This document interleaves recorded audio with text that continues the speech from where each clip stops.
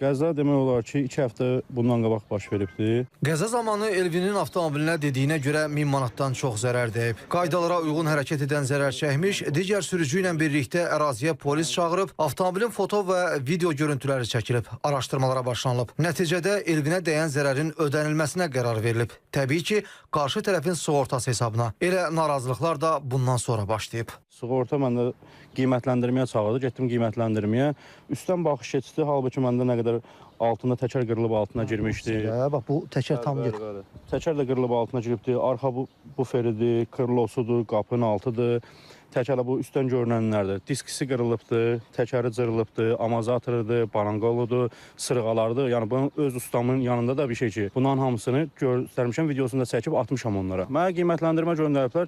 Yəni heç demək olar ki, bunun 50%-ni ödəmir. Başqa sözlə sığorta şirkəti 1000 manatdan çox zərərin qarşılığında cəmi 400 manat hesablayıb. Bununla razılaşmayan sürücü imtina cavabı göndərib. Yalnız 3-cü cəhddən sonra məbləğ artırılıb, amma cəmi 100 manat və bu sondur deyilib. Mən də tam məcbur get-gəldən yana mən razılaşdım. Dedim, qalanı da öz cibimdən qoyub düzəldirəm. Hazırda bənzər problemlərlə çoxları üzləşir. Elə istənilən servisə yaxınlaşıb, bir-iki usta ilə həmsöhbət olmaq kifayət edir ki, bunun şahidi olasan. Sığorta şirkətlərinin verdiyi məbləğ çox vaxt qane eləmir və belə bir stat qoyurlar ki, qabaqlarına müştərilərin ki, istəyirsən düzəltdir, istəmirsən gətir biz düzəltdirək. Özləri isə olduqca keyfiyyətsiz iş görür. Hətta boğazmış kimi kiçik bir təmir işini aylarla ləngidirlər, deyir usta. Biz müştəriyə təklif edirik ki, əzilən detal dəyişilsin. Sığorta şirkətlərinin bir çoxu o detalları düzəltmək istəyir və belə deyək də, o detalı macunla daha düzəlməyinə üstünlük verir ki, ucuz başa gəlsin. Qopub dağılır,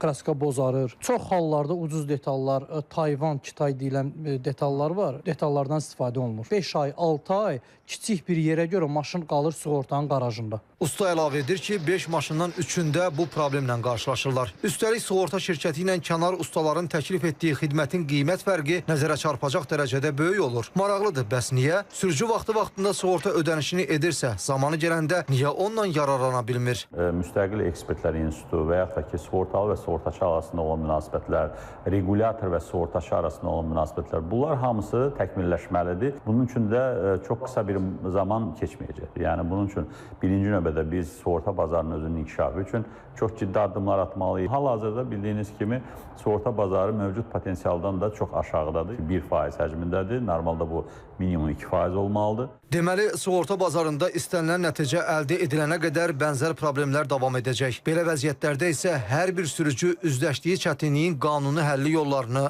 bilməlidir. Sığortanın əsas missiyası hadisə baş verdiğində onu hadisədən əvvəlki vəziyyətinə gətirib çıxarmaq. Əgər qiymət müştərini, yəni sığortalını qane etmirsə və əlbəttə ki, belə olduğunda istənilən bir sığortalının birinci növbədə Mərkəz Banka müraciət etməsi bu vacibdir.